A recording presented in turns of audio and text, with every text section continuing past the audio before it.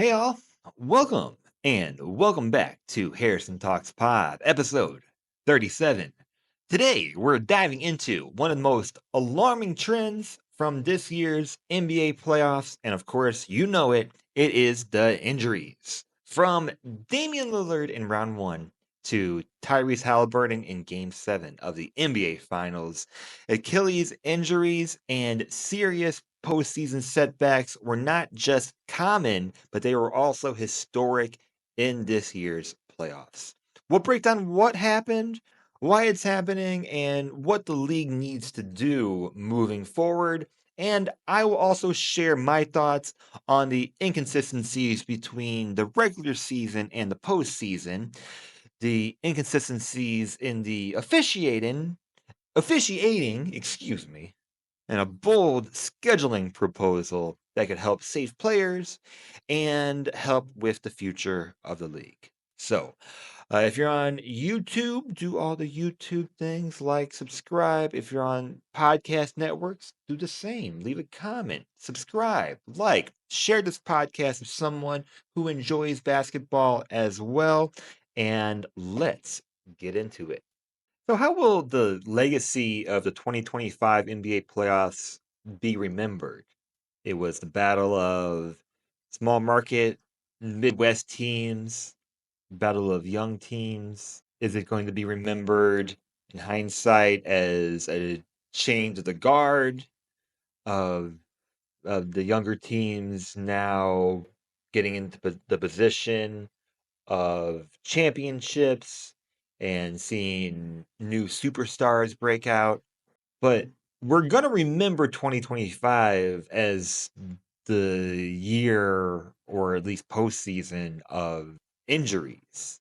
And of course, Achilles injuries. And of course, if you're on Twitter or anything during the finals, you saw that all three superstars that had Achilles injuries in the postseason all wore number 0.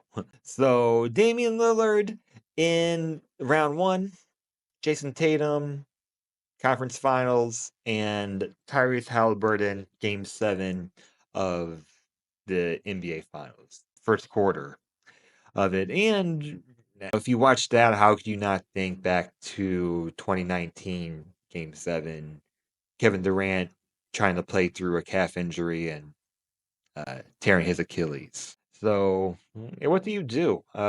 Because it's hard to save players from themselves in that situation, but it sure seems like if you have a calf injury, just don't play with it. Just don't try to come back too quickly. So, don't know the solution there, and it's got to be super hard to tell your star player save your body and don't play in game 6 and 7 of the NBA Finals. So just unfortunate overall, really. And did it change the outcome? Who knows? Other Achilles tears: Jamal Murray, James Wiseman, first or second game of the season, Jaren Jackson, Jabari Smith Jr. 7 Achilles tears. That's more than 1% of the league. Is the most in NBA history. 3 Achilles ruptures in the playoffs is unprecedented, by far the most. We see other big injuries in the regular season, the playoffs, whether it's Giannis, Zion, Karl-Anthony Towns, Joel Embiid, Kawhi Leonard, Jimmy Butler. I am naming some older veterans. I am naming people like Zion who are hurt a lot, maybe have other health issues that go along with that, conditioning, whatever it might be. But there needs to be a change. And there needs to be some constructive conversations on how it could improve, and overall, how does it protect the players? I think that's the most important. And how does it make it better for the league overall and for the consumers overall? Because outside of being player driven, that's the part that I really want to focus on. And I've grinded my teeth enough with the frustrations of certain talks about if it's shortening the games, or if it's, me grinding my teeth on games that just never start on time. It's never ever start on time, right? Or timeouts that go too long, or just replays take too long. That was one nice thing about the playoffs is a lot of the replays are faster. Have some ideas with that. Why are so many injuries happening in the playoffs? We mentioned that the regular season was pretty rough as well, and we can start by saying that it has to be just overall just overuse. A lot of it is due to lingering issues, foot issues, calf tightness, which then turn into bigger injuries like Achilles tears. And it seems like modern NBA is going a little bit faster than the overall conditioning. Players are playing more than ever. Mm, Younger players, especially, well, probably worldwide, Europe also, but younger players are playing more than ever, so they have more miles when they get into the league, and just faster and stronger is causing more injuries, and we have not adjusted from 82 games. And we saw this postseason, especially with all the injuries, a lot of big players and big veteran players playing 40 plus minutes in the playoffs. So all of that uh, led to, along with having more physicality overall, which was very welcome in the postseason, but I would want to push consistency there as well. It all led to having more injury issues towards the end of the season and going into the postseason as well. So, along with the new CBA, which we talked about in the off-season episode last week, there's a lot of dominoes which happened with all of this. So the Bucks could not make a run without Damian Lillard, and then Damian Lillard gets waived, and now that franchise is in a whole different timeline, a whole different area, a different room, I guess, with their franchise and their future. Um, Celtics lost Jason Tatum in the conference finals and collapsed. They go into next season as a team that might have underperformed coming off of a championship win the season before that, and they're not going to have their best player, along with other big moves like moving Kristaps Porzingis, who was maybe underwhelming in the playoffs or hit or miss, and players like Drew Holiday. So this team might be kind of in like a mini rebuild while still trying to compete and wait on see if Jason Tatum can do anything at all next season, but yeah, I just don't know about any of these players that were injured so late in the season. And of course, along with Bucks, Damian Lillard, Miles Turner going to the Bucks, uh, Pacers were in a game 7, and then now have lost their center, their most tenured player, lost their superstar player, perhaps the entire next season, and is in a whole different spot, frankly. So, along with having this new CBA, and along with, I don't know if it's the Matt Ishbia effect of having, him buy a franchise for so much money, because then we saw what happened with the Lakers sale. And speaking of the Lakers, or if it's post, Luka trade, where teams are starting to pull the trigger more quickly, or starting to look a little bit more across the aisle at other teams that might pull the trigger more quickly, or other players that might want out. It's kind of hard to say. And the next part I'll label as cap chaos. because between Dame, Jason Tatum, Haliburton, that is $423 million of impacted contracts throughout the duration of their contracts, including Damian Lillard, who will be paid his 2 years throughout the next 5 years. Imagine that. Imagine getting fired from your job and they say, we're going to pay you on average over $400,000 a week for the next 5 years. Imagine that. All right. So, Adam Silver formed a panel to study Achilles injuries with AI and biomechanics experts. Sounds very fancy. And while I have not agreed with a lot of Adam Silver's ideas, and he did talk about possibly shortening the games in the future, don't know if that would ever happen because it does open up, like, you know, like how do you look at records or the conversation of are the records going to matter going from 48 minutes to 40 minutes? But it's not what I want to hear initially. To be clear, I don't mind the idea of shortening a game to 40 minutes because I certainly like FIBA basketball and I like Olympic basketball.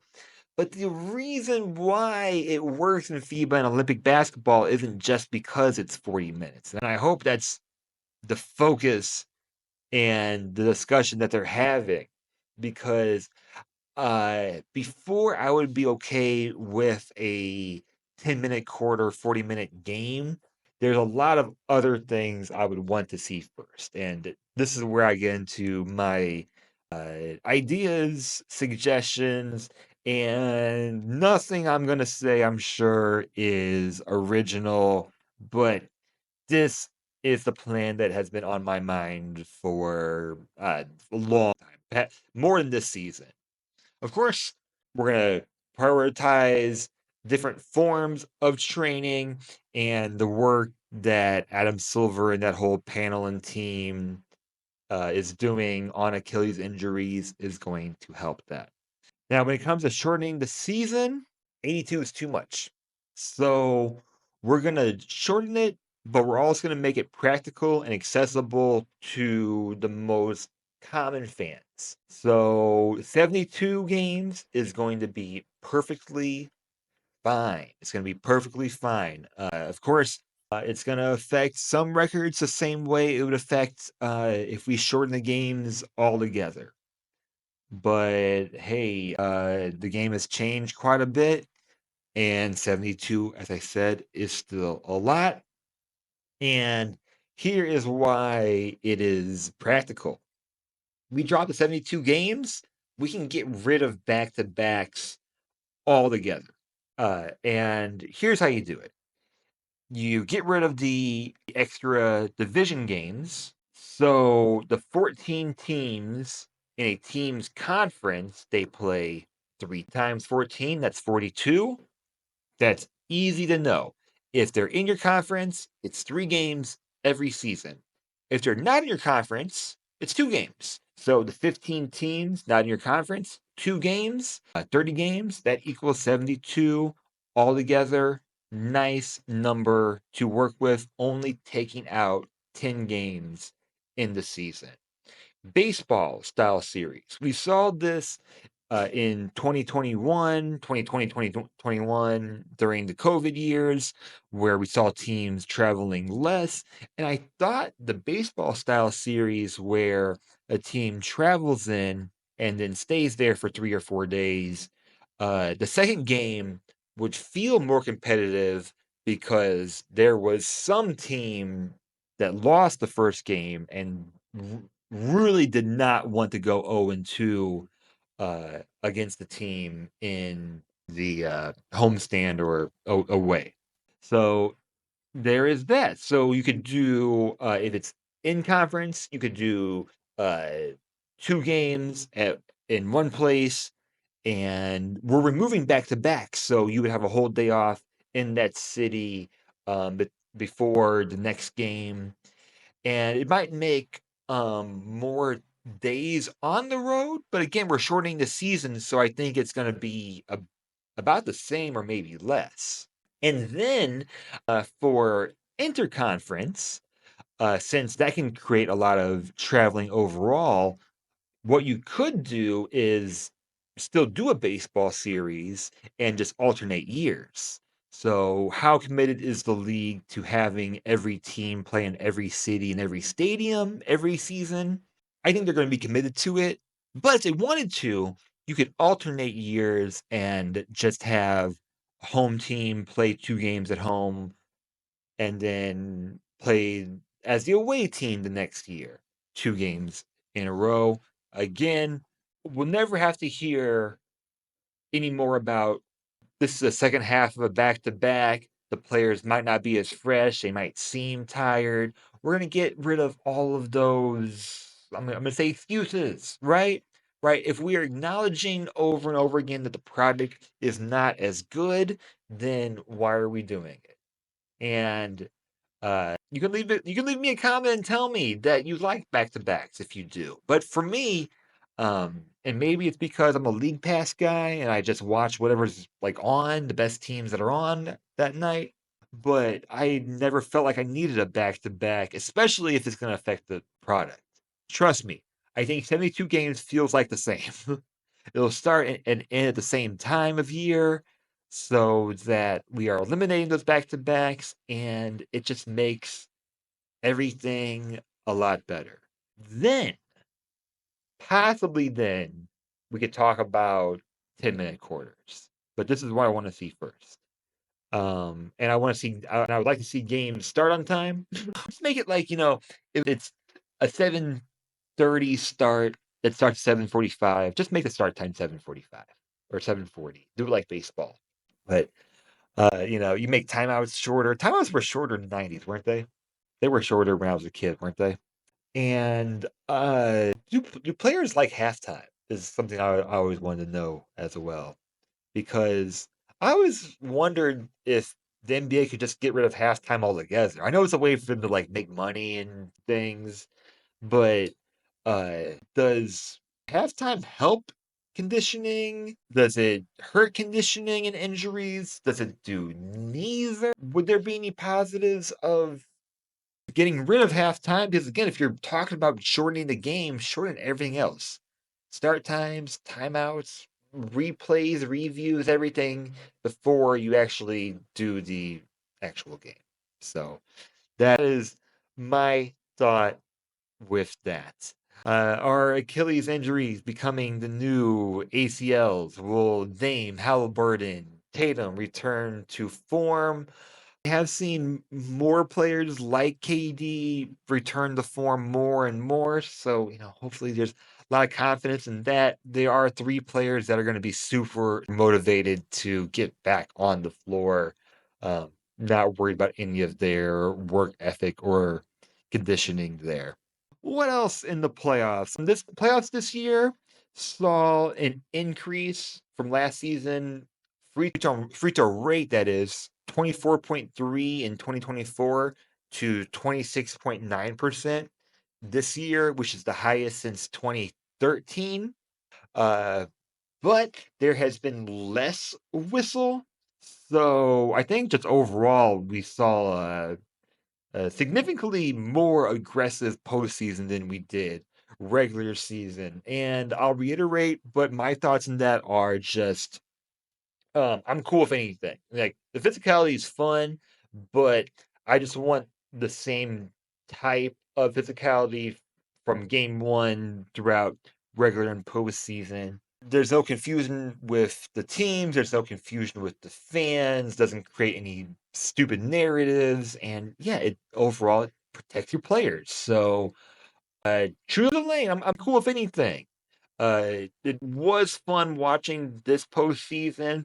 And I think it was this. I think it was similar last season, and even at some point of last year's regular season, there was a shift, and I don't remember why. But anyways, yes. Hopefully there is more consistency. Hopefully that also means that there is more officiating consistency, especially in the season as well. So I gave you my thoughts, I gave you my proposal, and I just wanted to do a nice short episode while I'm currently kind of on a little break. We're recording this in the past, coming out in the future, but when this comes out, I'll be currently working on some other projects and what I guess watching Summer League. When does that start? I'm not even sure. I'm sure it starts during my break as well. Let's leave it there for a nice, short, brief bonus episode today. And as always, like, subscribe, do all the YouTube and podcast things. And I hope you have a great summer and a great rest of your day. Thank you so much.